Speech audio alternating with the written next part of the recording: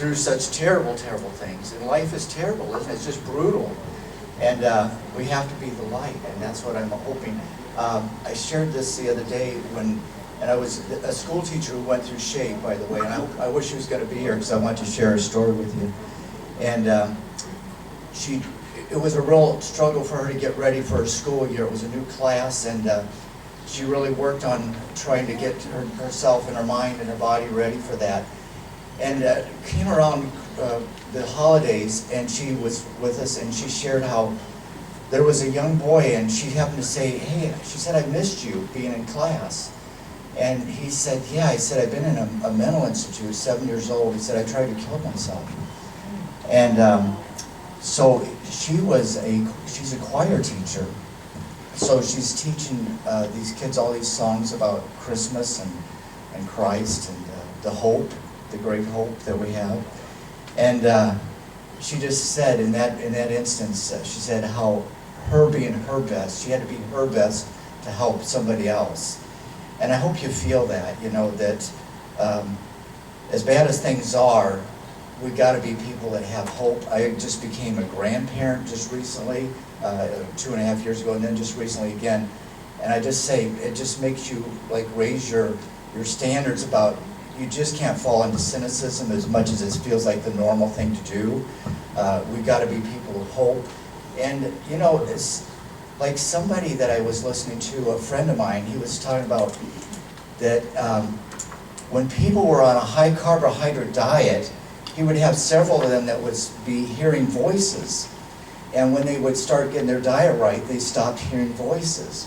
Well, I don't understand all that, but there's a lot of chemistry in our foods that aren't food. As a matter of fact, if you think about that this day and age, that 80% of our U.S. American food supply would be illegal in 40 different countries. Does that blow your mind? And to tell you how bad that is, they won't even allow us to have that stuff on the label. Now when you say, when you buy organic, they'll say non-GMO. But I'm saying that this is how warped we are, that they won't let that stuff on the label. And you think that'd be you just think that'd be the basics. But when you think about a tiny nation that struggles down like Haiti, that had the tsunamis and then the earthquakes and just terrible thing, and Monsanto wanted to offer them like 500 million pounds of seed, and they said, no, we don't take that, that is not food. Now, we think we're the smart ones, and I think we got something to learn from something like that. I think we need to learn that we're living in a very chemical, very magnetically charged environment. It's all an experiment. And I think we can see that things aren't what they should be. That's what I hear people come in and they say, man, this is just not right. The cancer rate's going up, and you know what I'm saying, the behavior problems, but there seems to be no clue as to why that's all going on, but I think we have an answer to that, why that is. And so what I want to do in my talk is just to kind of give you some of the things we encounter when we go through a SHAPE consult. And I want to start kind of like with just a minute, just to take a breath, just like what I just said. When you come in, I know we're rushed, there's a lot of stuff going on. Just take a couple good deep breaths and then just have a word of prayer just about our evening. So I just want to pray that our hearts would be alert and our minds would be receptive to just hear things, to change a paradigm, to really change the destiny of ourselves and our families. And just the stakes are high. That this is an investment of your time, and I just pray that you just feel comfortable to be. This is a no judgment zone about anything, about even how you eat or anything. That's not the point. It's just that we might learn to be our better selves. So, Lord, just be with us, and we thank you for that. Amen. So, one of the things that like when you eat, some people have told me, and there's actually studies on all this stuff. I don't know who figures all this stuff out. But that when you actually pray for your meal, it changes your state of being, and it makes you receive that meal different. And so, I don't know if you might not be a prayerful person, but to think that whole event, that how you put your mind is as a part of how you receive. One of the things, I just want to share a few ideas. I didn't have a timer set, so somebody's going to have to keep me on. But one of the things we hear a lot when we are starting with people is that we hear the term overwhelm a lot. That people are really overwhelmed. We'll talk more about that later. We hear a lot about people being anxious. 5 more minutes, okay. And so these are interesting thoughts, and we hear people that this affects their eating, that people that maybe had jobs or maybe they were in positions that they had to rush to eat in the past, but they take that into their adulthood and beyond, you know, so when they eat, they're like, they're not enjoying it, it's just a fast thing.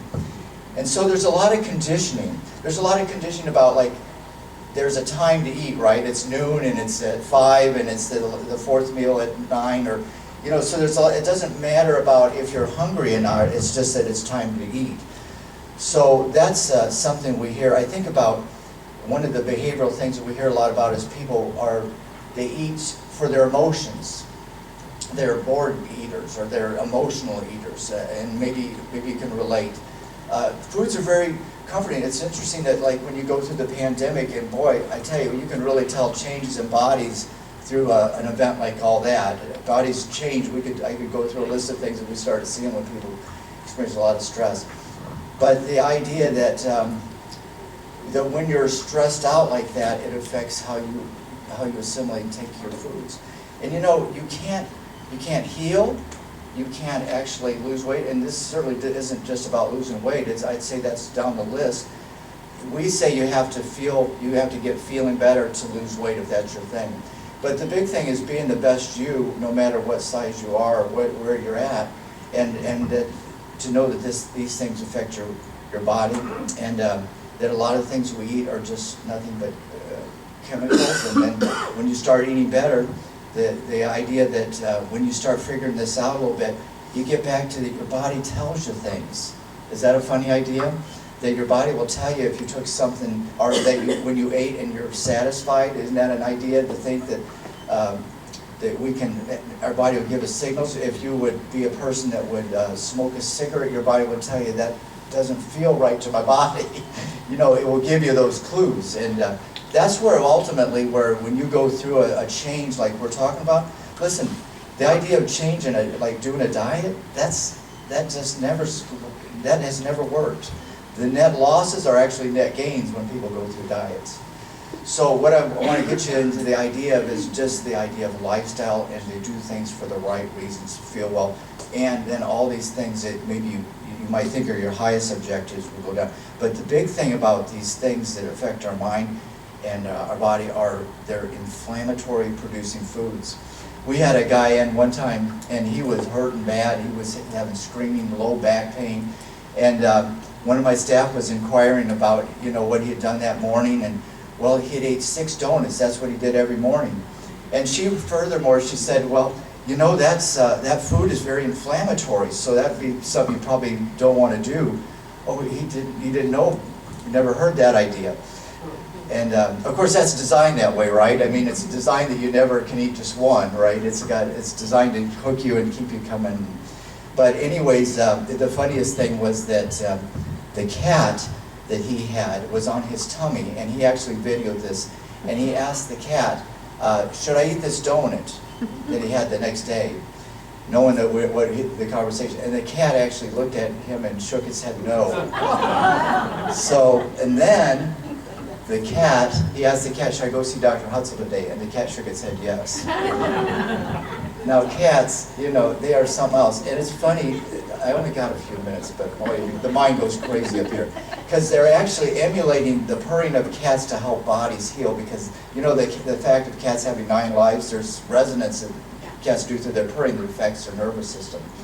So we see a lot of that too. I want to just say, when you have very much imbalanced nervous systems that we encounter when we talk to people that want to do diet things. And that's a big thing. That's like the idea that you're stuck in fight or flight. You have a part of your nervous system that's an appropriate thing. If you have something that's chasing you, you need to be in fight or flight. But most people, we find, are living in that. And that's because they're watching a lot of media. They're in fear all the time. This does things to our chemistry and our brains. And if it's a long time, we actually start having like these stress symptoms as if we were actually in battle, and that our body shows stresses that it shouldn't show. So one of the things we have to do to start with people is try to get their nervous system in some kind of balance. So that probably surprises people. But when you're turning the nervous system on, it's like it's like turning the power on and for balance, and then you can start utilizing things. But when things are out of balance that way, you can put a lot of things in your system. Like if you're in stress, your body will not assimilate things well, and it won't heal, and it won't lose weight and find a spot. So one of the things about the shape when we go through it is we're checking the body to see how balanced it is. We always start trying to check like fat metabolism, how the liver, gallbladder, the pancreas, which share a common duct. If anybody's been there, we probably always are checking on the right rib cage, because this is a big idea that if that's not flowing, then you're going to naturally just crave carbohydrates. So when you find that sweet spot with getting your fats metabolized and using them better, which a lot of people that we deal with don't do that. So those are big, powerful anti-inflammatories that you're making when you start utilizing fats. So that's a big idea. We always try to check people for their hydration, and hydration includes water, but it also includes electrolytes, and that's another big thing. So some people will be drinking a lot of water and they can still squeeze their hand and they'll pinch skin and it just kind of stays there. But the point is that in order to utilize and hydrate your body, you need to have electrolytes. And so we'll check things like how things are flowing. Like sometimes, I mean, to think about people that have a bowel movement once a month, you know, I mean, that blows your mind, doesn't it? How your body could function in such a way. But you know, trying to get those things working. Always we're checking the hiatal area and the ileocecal valve. This is how things process for our bodies. Checking food sensitivities. And those are the hurdles that we oftentimes are seeing that we just are starting. So I just want to say that they're just common things that we're normally checking. But the big idea that if your body, it needs to have an ability to get rid of stuff. And a lot of times people in this day and age don't have an ability either at the cellular level. When they talk about mitochondria, that's a different way. Sometimes that can be a genetic thing, which you'll hear more about, that cause your body not to shed the toxins that it's given. But sometimes it's a bigger idea, like you've just overwhelmed your liver, your kidneys, your lungs. These are overwhelmed, and so they have no place to go. Your lymphatics congest. This affects your like a stagnation in your body, so you feel like not well. You feel fluish or something. So that's one of the big things we do, is try to get those things moving, wherever the stoppage is, and we'll try to give. Maybe that will come up today about how we do that.